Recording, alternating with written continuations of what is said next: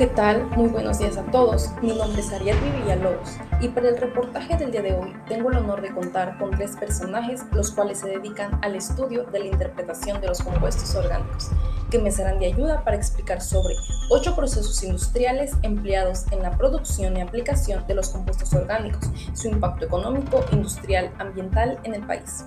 Para comenzar, quiero pedirle de favor a la investigadora Fátima Guadalupe Saturno explicar el tema de los alcoholes. Y honor estar con ustedes hoy. Muchísimas gracias por la invitación. Es un honor compartir mi experiencia, mis investigaciones, mis conocimientos que tengo, vaya, ¿no? Me gustaría hablar sobre dos temas interesantes en la química orgánica, que la química orgánica es fabulosa, espectacular, y pues vemos muchos temas en ella que te hacen interesarte, querer indagar, y pues eso me pasa a mí, ¿no? A mí me gustó mucho lo que son los alcoholes. Me he dedicado a investigar, a revisar diversas fuentes, de hecho a preguntar a personas más especializadas, ¿no? Y me he encontrado con la sorpresa de que los alcoholes son muy importantes y ayudan muchísimo a las industrias en sus ventas, cómo lo comercializan, porque lo podemos hallar en tiendas departamentales cuando vas a hacer tus compras, ¿no? Ves que ahí están en tragos, cervezas, vinos, cuando vas a los restaurantes. De hecho, puedes pedir tus copas o así en fiestas y solemos consumirlo mucho, pero sin embargo no nos hemos dado cuenta cómo son o qué son, ¿no? Se me hace que muchos los consumimos, como ya les decía, en fiestas, restaurantes, en diferentes lugares, ¿no? En infinidades de bebidas, pero no sabíamos en realidad qué es, cómo lo procesan o toda esa parte relacionada a ello. Y me gustaría decirles que los más importantes de los alcoholes que encontramos en estas industrias son el metanol, el etanol, el cipropanol y los butanoles.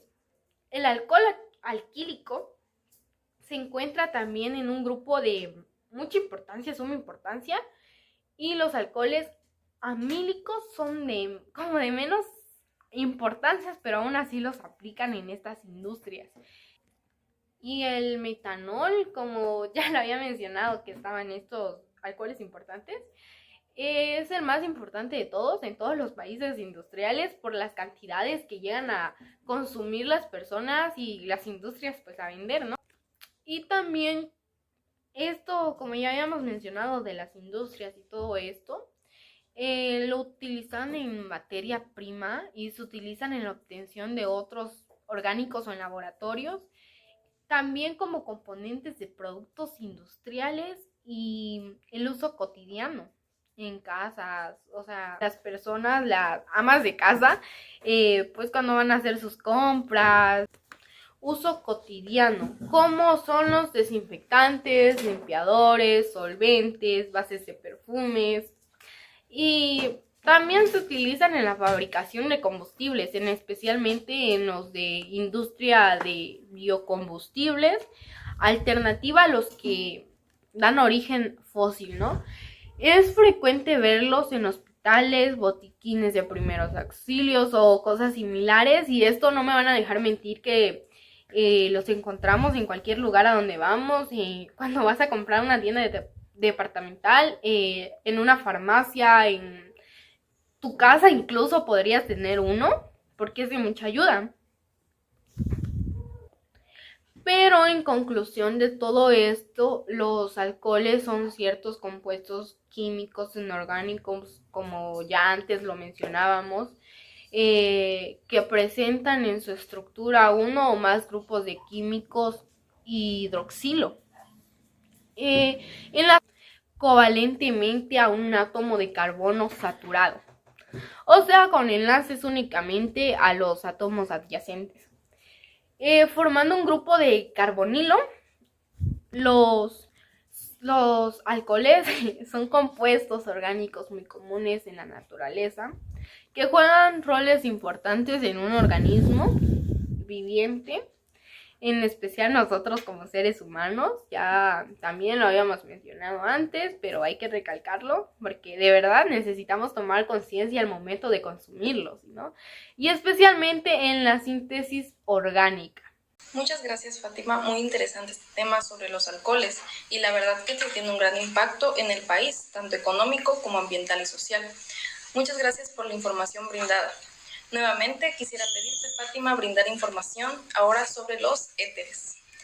Ahora pasaremos a hablar un poco sobre los éteres, que les decía o les comentaba que era otro tema de esta química orgánica que me interesó mucho y me llevó a indagar también. Y es muy importante e interesante. Y yo sé que les hará como saber más. De ahí van a estar investigando, ¿no? Al asunto vamos a hablar de ello. Y se dice que los éteres se caracterizan por su falta de reactividad química, lo que les hace ser muy empleados como disolventes en lugar de números de reacciones de orgánicos, ¿no?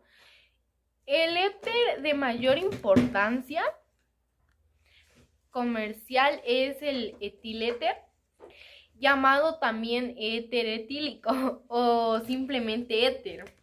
El éter etílico se empleó como quirúrgicos, perdón, pero es muy inflamable. Es decir, que puede estar cerca de algo o del gas o cuando al tirar un cigarro en la calle y encontramos alguna sustancia de éter o algún compuesto de ello, podría agarrar lumbre, provocar un incendio y pues pasar a mayores. Y por lo general dicen pues profesionales de la medicina o que se encargan de esto de anestesiar, que los pacientes después de despertar del compuesto que le inyectan en sí, suelen vomitar, ya que es como parte de la reacción que genera. Y actualmente se emplean varios compuestos que son menos inflamables y se toleran con más facilidad. O sea, ya como que se han encargado de evolucionarla más para que no sea tan malo, por así decirlo, para nosotros. O sea, piensan en nosotros para nuestro bienestar. Los éteres son muy poco reactivos, a excepción de los exposidos o que se utilizan en disolventes.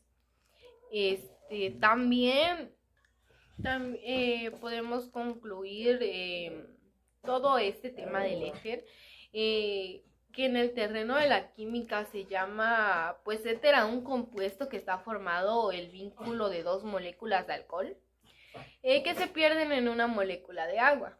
Los éteres no reaccionan con facilidad y son bastante estables. Y es muy interesante, ¿no? Estos temas que les he platicado. Por eso les decía que se me hacen muy importantes para mí, porque en lo personal me encantaron y creo que si pudiera extenderlos más, lo haría con gusto, pero se nos va a acabar el tiempo. Y les agradezco por escucharme y por prestar atención. Muchísimas gracias y pues sería todo por hoy.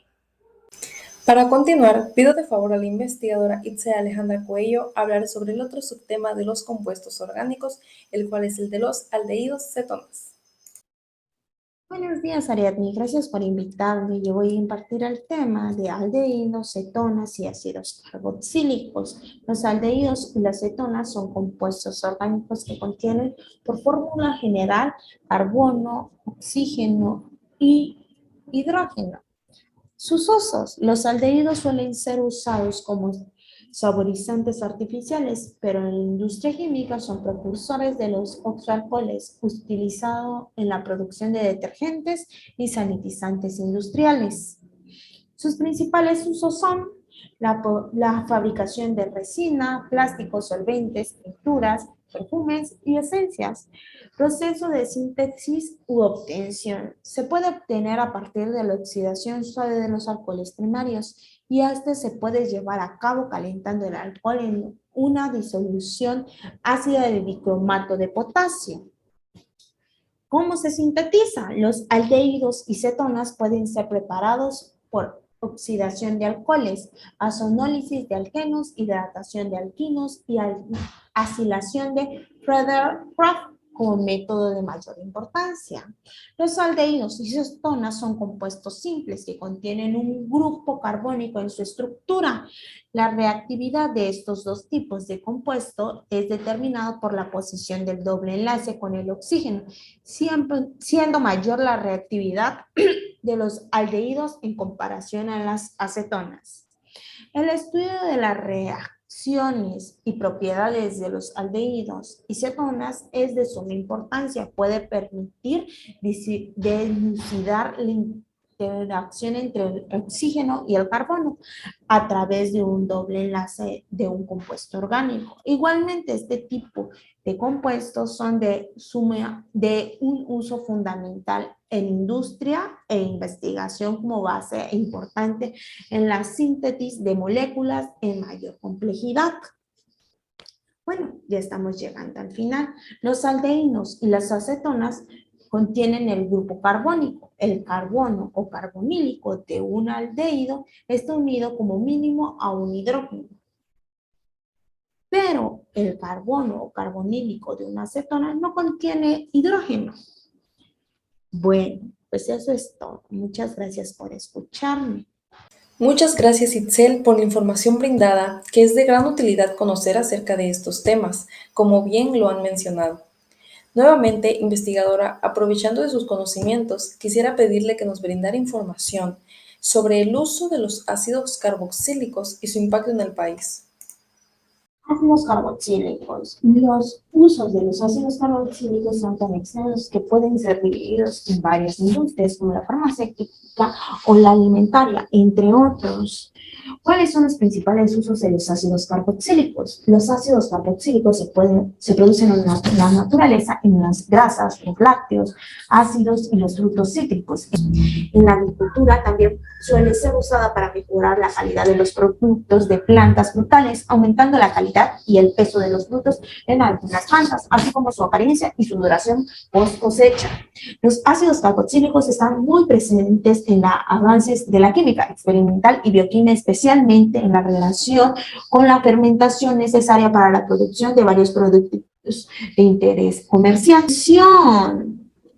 Oxidación de alquilacenos. Los ácidos carboxílicos pueden ser obtenidos a partir de bencenos sustituidos con grupos alquenos por oxidación con pergamentano de potasio o dicromato de sodio. Oxidación de alcoholes primarios. Los óxidos carbónicos pueden obtenerse por oxidación de alcoholes primarios. Como reactivos pueden utilizar la oxidación de Hond, pergamentano de potasio o dicromato de sodio. Óxidos de alquinos. La ruptura oxidativa de alquinos con oxidamentos como pergamentano de potasio o dicromato de medios ácidos generan ácidos carboxílicos cuando el alqueno tenga un hidrógeno sobre el carbono. En ausencia de hidrógeno se forman cetonas y las alquenos terminan produciendo dióxido de carbono. También hay otros como el hidrógeno de nitrilos.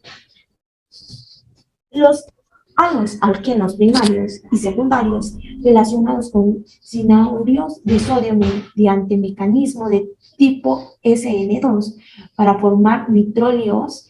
Los hidrólisis, los potrio del nitróleo rinde ácidos carboxílicos, deben expresarse halo o alquenos con un carbono menos que el ácido que se debe obtener. Los ácidos carboxílicos son compuestos caracterizados. Para continuar explicando acerca de los compuestos orgánicos, sus diversas fuentes industriales para su obtención, aplicación, etc., hablaré sobre los hidrocarburos. La cadena de los hidrocarburos consta de dos grandes áreas, las cuales son la upstream y la downstream, las cuales quieren decir la de río arriba y río abajo. Bueno, ¿qué quiere decir la upstream? ¿Para qué se utiliza? Dice que también es conocida como la exploración y la producción. Este sector incluye las tareas de búsqueda de potencias, yacimientos de petróleo crudo y de gas natural, tanto subterráneos como submarinos, la perforación de pozos exploratorios y posteriormente la perforación y explotación de los pozos que llevan al petróleo crudo o al gas natural hasta la superficie. Un tipo de exploración de la upstream sería la sísmica, la cual es un proceso en el cual ondas de energía atraviesan capas de roca, se devuelven hasta la superficie y llegan a unos equipos especiales que se llaman geófonos, los cuales reciben la información y la transmiten a un computador. El productor final que se obtiene de la exploración sísmica es una imagen representativa de las capas que hay debajo de la Tierra. Otro tipo de exploración sería la perforadora. Consiste en la perforación de pozos cuya finalidad es llegar a la capa de roca donde posiblemente se pudieron acumular hidrocarburos, como el petróleo y el gas. Esta etapa inicia por lo general después que se obtiene la información del estudio sísmico. La producción. La producción sería el proceso mediante el cual se extraen los hidrocarburos, el petróleo y el gas, desde la capa de roca hasta la superficie. Para extraer los hidrocarburos se utilizan dos mecanismos a través de válvulas llamadas árbol de Navidad. Cuando los hidrocarburos fluyen a la superficie por sí solos mediante una máquina llamada balancing, cuando éste necesita ayuda para subir a la superficie. Muy bien, ahora hablaremos sobre el área de la downstream. Se refiere comúnmente a las tareas de refinamiento del petróleo crudo y el procesamiento, purificación del gas natural, así como también la comercialización y distribución de productos derivados del petróleo crudo y el gas natural. Veamos sobre la refinación. Consiste en transformar el petróleo sometiéndolo a temperaturas altas que alcanzan los 400 grados centígrados para obtener productos derivados, proceso mediante el cual se transforma una variedad de productos derivados, principalmente combustibles, ACPM y gasolina, y petroquímicos, vaselina, cepillos, llantas, plásticos. El transporte. Consiste en transportarlos desde la boca del pozo hasta los sitios de almacenamiento y procesamiento, como son las estaciones de bombeo, refinerías y centros de comercialización. Los hidrocarburos se transforman a través de oleoductos, el petróleo, gaseoductos, gas, carrotanques petróleo y buques petróleo. La comercialización es el eslabón que realiza todas aquellas actividades de carácter comercial para colocar los productos a disposición de los usuarios. Normalmente se utilizan distribuidores mayoristas o minoristas.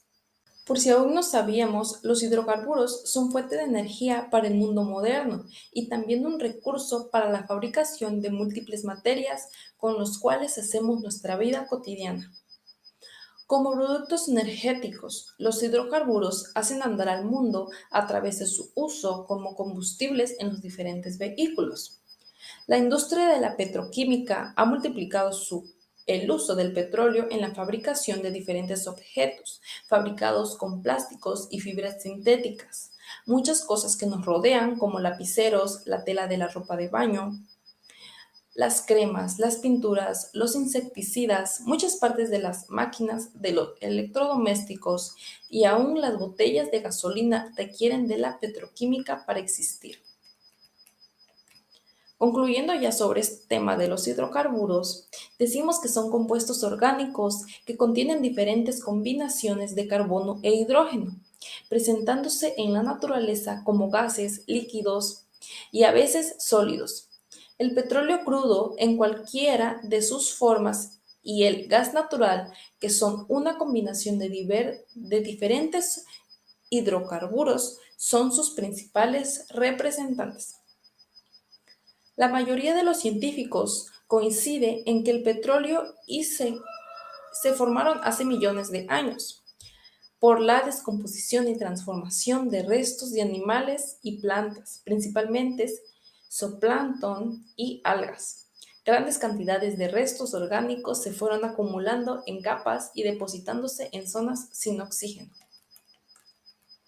Durante este tiempo también se fueron depositando capas de sedimentos sobre restos orgánicos. Los sectores de la presión y de la alta temperatura del subsuelo produjeron la descomposición gradual de los restos hasta quedar transformados en hidrocarburos. Y ahora veremos sobre el compuesto orgánico halogenuros.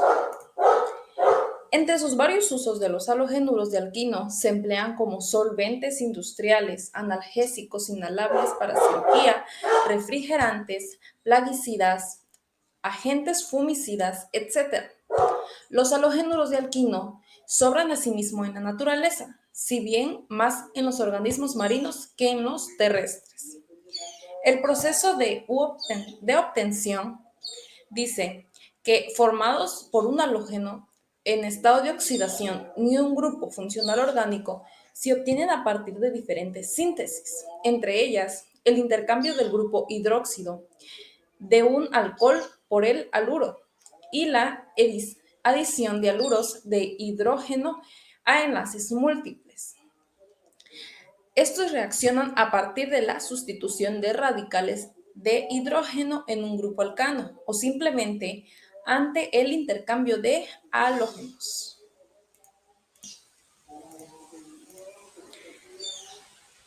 Dice que el mejor método para producir halogenuros es la síntesis a partir de alcoholes.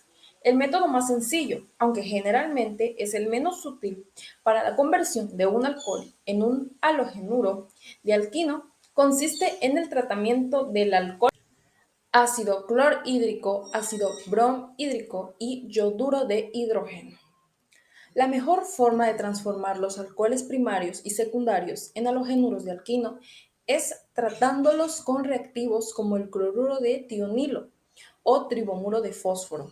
Estas reacciones normalmente ocurren en condiciones suaves, menos ácidas, y es menos probable que ocasionen transposiciones catalizadas por el ácido que el método con HX. Para seguir conociendo más acerca de los halogenuros, veremos qué resuelven. El cloruro de sodio, la sal, es utilizada comúnmente en la cocina y en la industria de la alimentación como conservante de la comida. Sirve para deshelar y limpiar, desinfectar y disminuye manchas en cualquier superficie. El agua con sal previene y cura infecciones bucales. La sal está presente además en productos de higiene personal como el jabón y el champú.